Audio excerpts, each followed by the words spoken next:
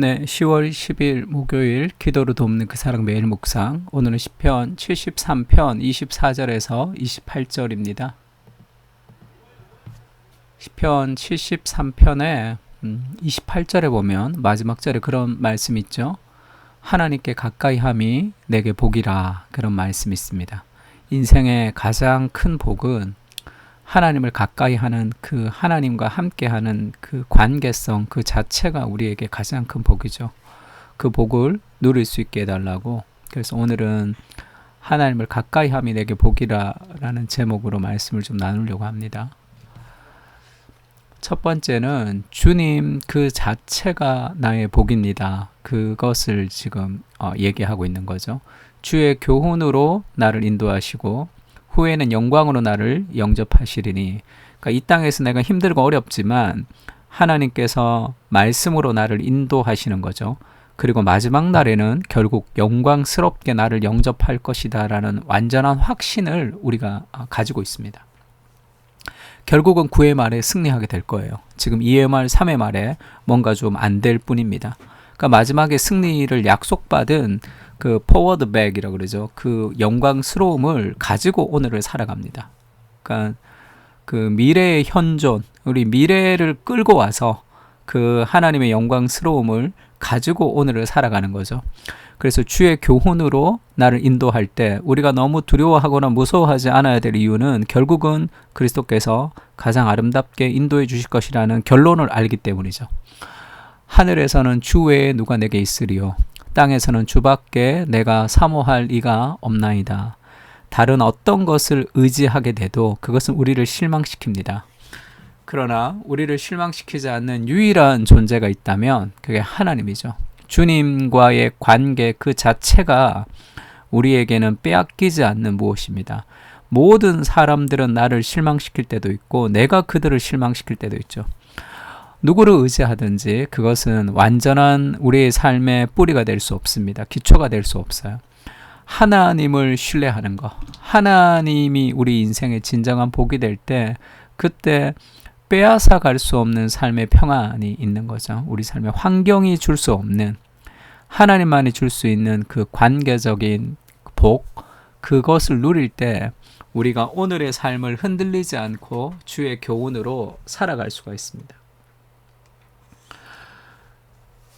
천국이 천국인 이유도 그곳에 하나님이 계시기 때문이죠. 광야 같은 세상을 우리가 살아갈 때 주님 그 자체가 내게 복입니다 라는 것을 알아야 돼요. 하나님이 주시는 무엇이 복이 아니라, 하나님 돈을 주세요 할 때 그 돈이 복이 아니라, 하나님 건강을 주세요 할 때 그 건강이 복이 아니라, 내가 돈이 없고 건강이 없고 여러 가지 삶에 부족한 것이 많지만 하나님 그분을 누릴 수 있는 그것이 복이죠. 그리고 하나님 그분을 누릴 수 있다면 내 인생이 결코 망하지 않게 될 것이라는 것, 그 삶의 두려움과 불안 가운데 살아가지 않게 되는 힘이 거기서 오는 겁니다. 하나님 그 자체가 나의 복입니다. 이것이 신앙에서 가장 행복한 삶의 고백이죠. 창세기 15장에도 아브라함이 그렇게 얘기합니다. 그러니까 하나님이 아브라함에게 나타나셔서 여호와의 말씀이 환상 중에 아브라함에게 임하여 이르시되 아브라함아 두려워하지 말라. 왜 두려워하죠? 미래를 알 수 없기 때문에 두려워합니다. 미래를 알 수 없는 상황에서 두려워하지 않을 수 있는 이유는 내가 너의 방패다, 내가 너를 다 막아줄 것이다 이렇게 얘기하죠. 너의 지극히 큰 상급이다 이렇게 얘기해요. 하나님 자체가 우리에게 상급, 유산입니다. 그 유산을 물려받는다고 할 때 그 유산을 우리가 그 천국의 유산, 하나님 나라의 유산을 우리가 이제 물려받는 상속자가 된 거죠. 그래서 내가 너의 상급이다, 내가 너의 비전이다, 하나님 그분 그 자체가 내 인생의 목적이다, 이제 그렇게 얘기하고 있습니다. 광야를 지날 때도 물도 없고 양식도 없지만 하나님이 계시면 다 할 수 있죠. 물도 주시고 양식도 주실 수 있는 그 하나님이 동행하시면 염려 없습니다. 그런데 우리가 늘 물을 찾고 늘 양식을 찾고 늘 뭐를 찾으면 그것이 해결되지 않을 때는 힘들겠죠. 그러나 그 모든 것을 만드실 수 있는 하나님이 나와 함께 있다는 그것이 더 큰 위로 아니겠습니까? 그러니까 그 하나님 자체가 복인 것을 얘기하고, 에베소서도 마찬가지죠. 찬송하려도다 하나님 곧 우리 주 예수 그리스도의 아버지께서 그리스도 안에서 하늘에 속한 모든 신령한 복을 우리에게 주시되 할 때 주시다는 것은 앞으로 줄 것이다가 아니라 이미 주셨다는 뜻이에요. 하늘에 속한 모든 신령한 복이 이미 우리에게 있습니다. 하늘에 속한 모든 신령한 복이 도대체 무엇이냐?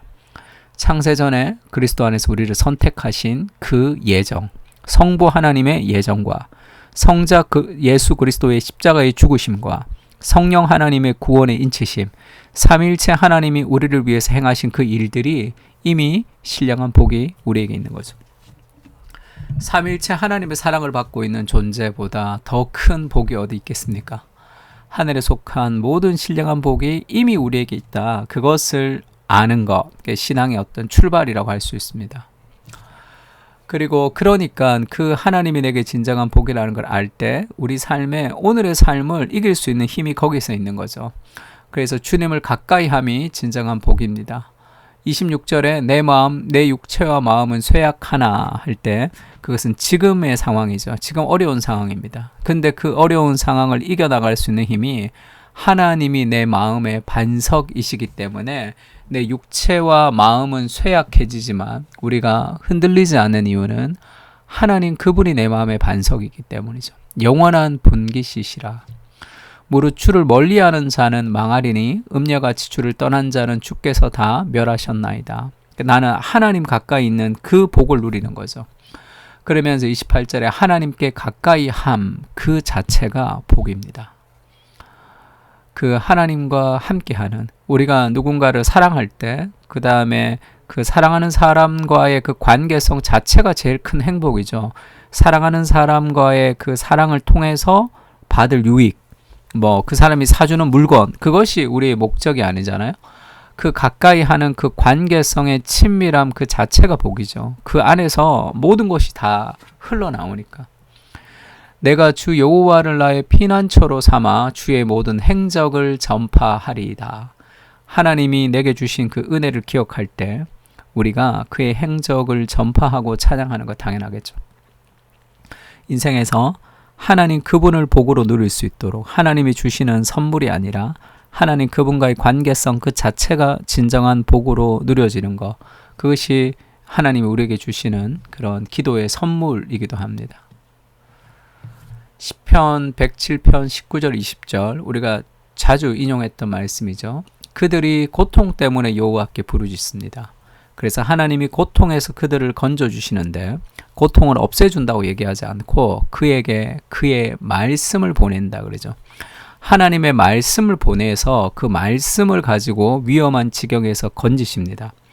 하나님 우리에게 어려운 상황 그리고 힘든 상황, 어려운 여건들을 없애주지 않으세요. 하나님의 말씀을 주십니다. 하나님의 말씀을 주신다는 것은 하나님 그분의 임재가 함께하는 거예요. 그 말씀을 믿을 때 우리가 어려움을 이기는 하나님의 사람으로 바뀐다는 거예요. 하나님이 나와 함께 하시는 그 은혜를 경험할 때 우리는 인생의 장애물을 뛰어넘을 수 있습니다. 수많은 골리앗이 있지만 하나님이 가까이 있다는 것을 깨달을 때 우리가 싸울 수 있는 거죠. 하나님이 멀리 있으면 두려움 가운데 싸울 수가 없습니다. 우리의 삶의 모든 두려움과 불안은 하나님 그분을 가까이 하는 것이 내게 진정한 복이라는 것을 깨달을 때 우리가 누릴 수 있는 거죠. 그래서 이사야서 43장도 그렇게 얘기하죠. 두려워하지 말라. 1절에 보면 두려워하지 말라.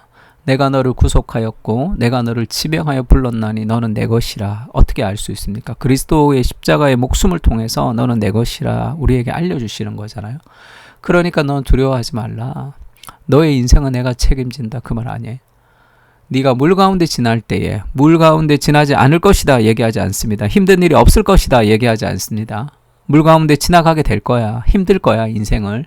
그러나 내가 너와 함께 할 것이다. 그래서 강을 건널 때 물이 너를 침몰하지 못할 것이며 불 가운데 지날 때 타지도 아니할 것이다. 너무 힘들었지만 너무 어려웠지만 인생을 돌아보면 다 하나님의 은혜 가운데 그것을 통과했다는 것을 알 수 있고 그 가운데 우리가 성장했다는 것도 다 알 수 있습니다. 그래서 그 힘든 상황 속에 우리가 무너지지 않았던 것은 왜 그 물이 나를 침몰할 것 같았지만 침몰하지 않았고 그 불이 나를 다 태울 것 같았지만 불꽃이 우리를 사르지 못했던 이유가 뭡니까? 하나님이 함께 하셨기 때문이죠. 대전하는 여호와 내 하나님이요 이스라엘의 거룩한 이시요 너의 구원자임이라. 이 말씀을 좀 신뢰해야 되죠. 내 인생이 물 가운데 불 가운데 지나가지만 무너지지 않을 것이다. 하나님이 내 인생에 함께할 것이기. 나는 내 것이 아니에요. 나는 주님의 것입니다. 그리스도의 목숨을 통해서 나를 사신 거예요. 내가 너를 지명하여 불렀다. 너는 내 것이다. 그러니 인생의 여러 가지 어려움에 두려워하지 마라. 그렇게 말씀하시는 거예요. 그리스도를 묵상하려면 우리가 말씀이 육신이 되어 우리 가운데 거하셨다 할 때 그리스도가 직접 우리에게 오신 거죠.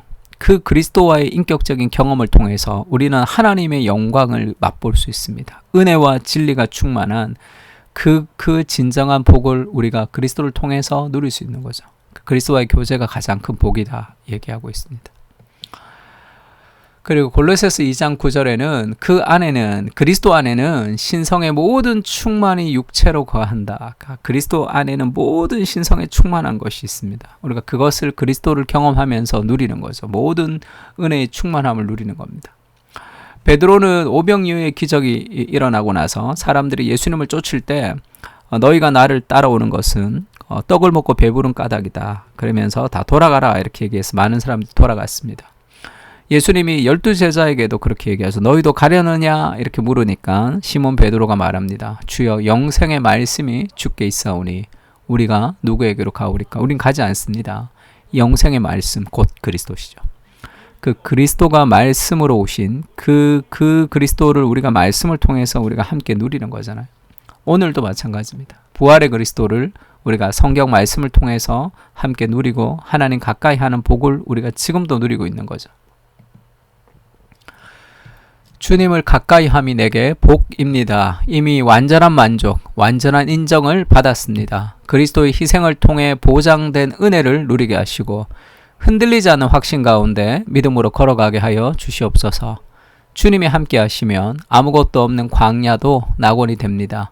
주를 의지하며 광야 같은 세상 속에서 믿음으로 걸어갈 수 있도록 은혜를 부어주시옵소서. 주와 함께 동행함을 누리게 하시고 폭풍 속에서도 두려움이 없는 인생으로 살게 하옵소서.